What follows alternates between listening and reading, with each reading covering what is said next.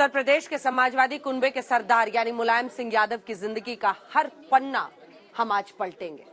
संघर्ष को सीढ़ी बनाकर सियासत के शिखर तक पहुंचने की गाथा के बारे में बताएंगे, क्योंकि मुलायम सिंह यादव एक नाम नहीं बल्कि भारतीय राजनीति की एक जीती जागती विचारधारा है। वो आने वाली कई पीढ़ियों को उसूलों सिद्धांतों पर चलकर समाजवादी विचारों की लौ को हमेशा जागृत रखने के लिए प्रेरित करते रहेंगे। मुलायम असली किंग मेकर।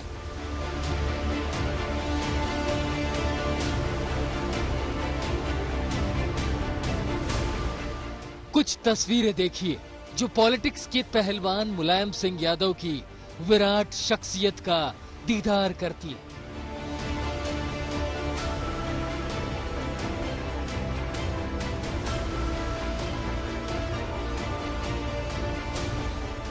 मुलायम सिंह यादव राजनीति के ऐसे योद्धा रहे जो लोहिया के गैर कांग्रेसवाद और बीजेपी के सांप्रदायिक एजेंडे के खिलाफ लड़ते रहे, लेकिन ये विरोध सिर्फ और सिर्फ वैचारिक रहा, कभी किसी से द्वेष नहीं रखा।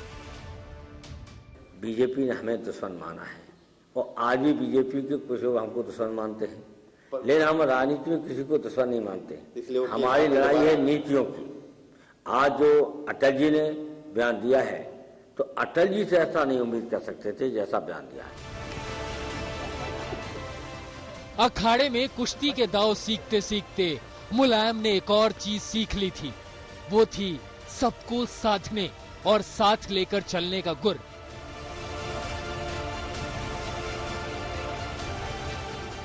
लेकिन मुलायम अपने सिद्धांतों और उसूलों पर हमेशा टिके रहे। वो सब पता है और उनका नाम लेना किसने लगाया था? नहीं, उसके नाम लेके अनावश्यक पूरे देश में हम नाम फैलाएं, ये हमारी बुद्धिमत्ता नहीं होगी। मुलायम जी, हम तो सीधी बात करते हैं, हमें नाम लेना पड़ेगा। अमरमणि त्रिपाठी जी ने स्टेटमेंट दिया था अखबार में कि समाजवादी पार्टी मधुमिता के लिए जिम्मेदार है। आपने क्या कहा था उसके बाद? कि ऐसे रेपिस्ट, मर्डरर और उनको जेल में डालना चाहिए। हाँ, कहा था। ये कहा था।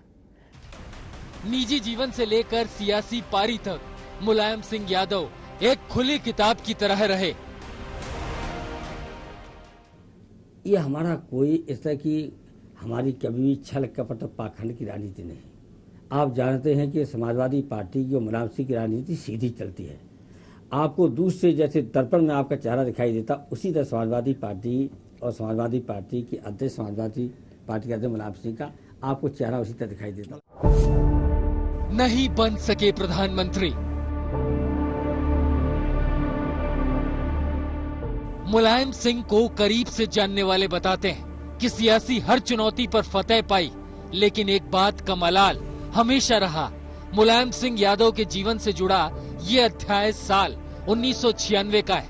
अगर उस वक्त मुलायम सिंह यादव देश के प्रधानमंत्री बने होते तो शायद आज भारतीय राजनीति की दशा और दिशा कुछ और होती। उस किस्से को मुलायम सिंह ने एक बार आज तक के साथ साझा किया था। ये सही है कि मेरे नाम पर सहमति हो गई थी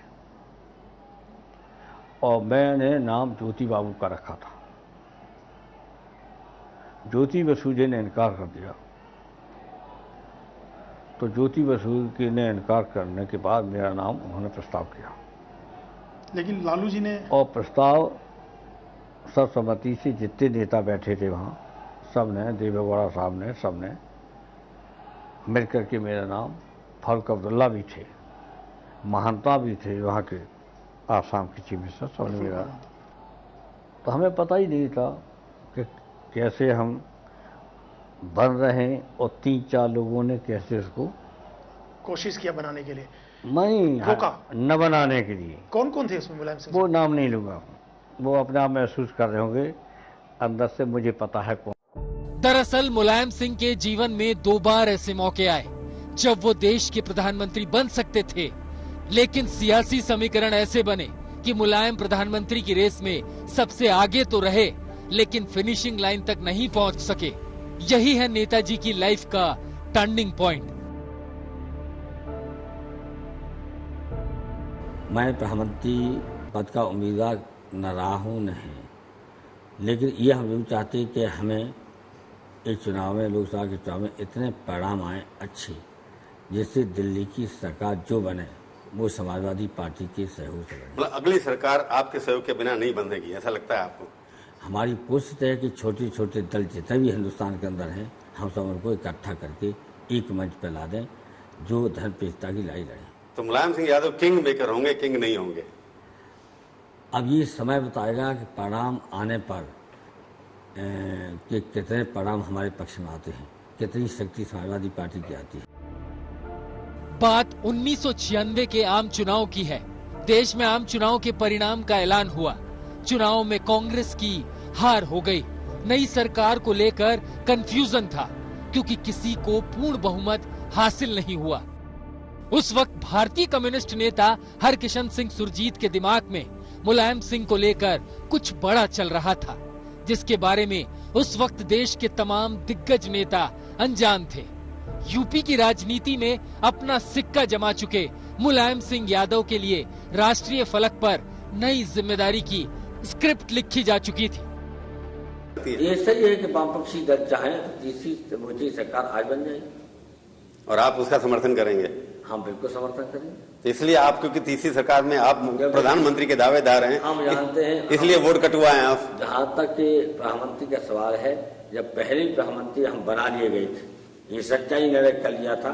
इस बात को कॉमरेड हमारे आदरणीय हैं, कॉमरेड सुरजीत साहब, वो बता सकते हैं सारी बात। लेकिन हाँ, प्रधानमंत्री को उम्मीदवार तो नहीं है, लेकिन देश को कमजोर देखना नहीं चाहते।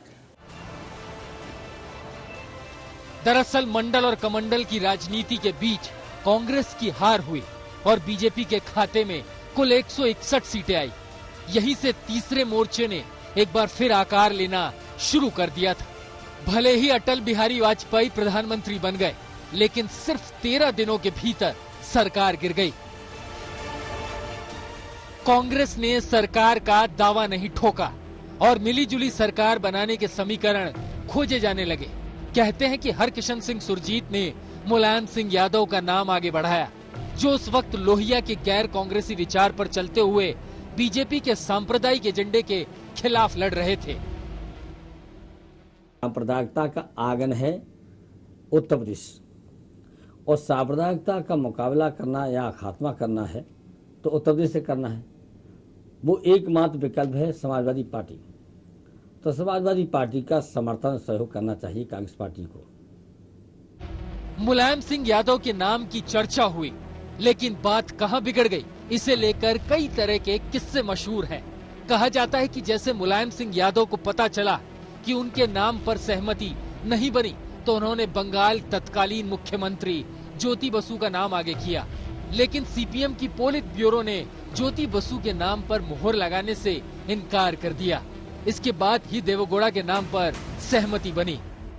मुलायम सिंह प्रधानमंत्री बनने के उम्मीदवार नहीं, ना अमर सिंह मंत्री बनने के उम्मीदवार। अभी हम कांग्रेस समर्थन तो विड्रॉ करना पड़ेगा ना। संघर्ष में है, और संघर्ष के चलते अगर कोई विकल्प बनता है और कोई सरकार बनती है। संघर्ष किससे? मायावती से या केंद्र सरकार से? गरीबी के खिलाफ, बेरोजगारी के खिलाफ, बिजली का इंतजाम, सड़क का इंतजाम, किसानों की लूट के खिलाफ। देवेगौड़ा देश के प्रधानमंत्री बन गए और मुलायम सिंह यादव को रक्षा मंत्री के ओहदे से ही संतोष करना पड़ा। कांग्रेस अध्यक्ष सीताराम केसरी ने देवेगौड़ा सरकार से समर्थन खींच लिया, तो एक बार फिर मुलायम सिंह के प्रधानमंत्री बनने का चांस था। एक बार फिर हरकिशन सिंह सुरजीत ने तीसरे मोर्चे की सरकार के लिए मुलायम सिंह का नाम आगे किया, लेकिन 13 दलों वाले तीसरे मोर्चे में मुलायम सिंह यादव के नाम पर सहमति नहीं बन सकी। प्रधानमंत्री की कुर्सी तक पहुंचते पहुंचते मुलायम सिंह रह गए, लेकिन लालू यादव, शरद यादव, चंद्रबाबू नायडू और वीपी सिंह ने विरोध किया था। दरअसल मुलायम के कुछ करीबी मानते हैं कि खुद वीपी सिंह सबसे बड़ा रोड़ा बनकर उभरे। वीपी सिंह ने 1989 का बदला लिया, जब मुलायम सिंह यादव ने अपनी सियासी ताकत दिखाते हुए उत्तर प्रदेश के मुख्यमंत्री की कुर्सी हासिल की थी। वीपी सिंह ने 1989 का बदला 1996 और 1999 में मुलायम सिंह यादव से ले लिया। आज तक ब्यूरो।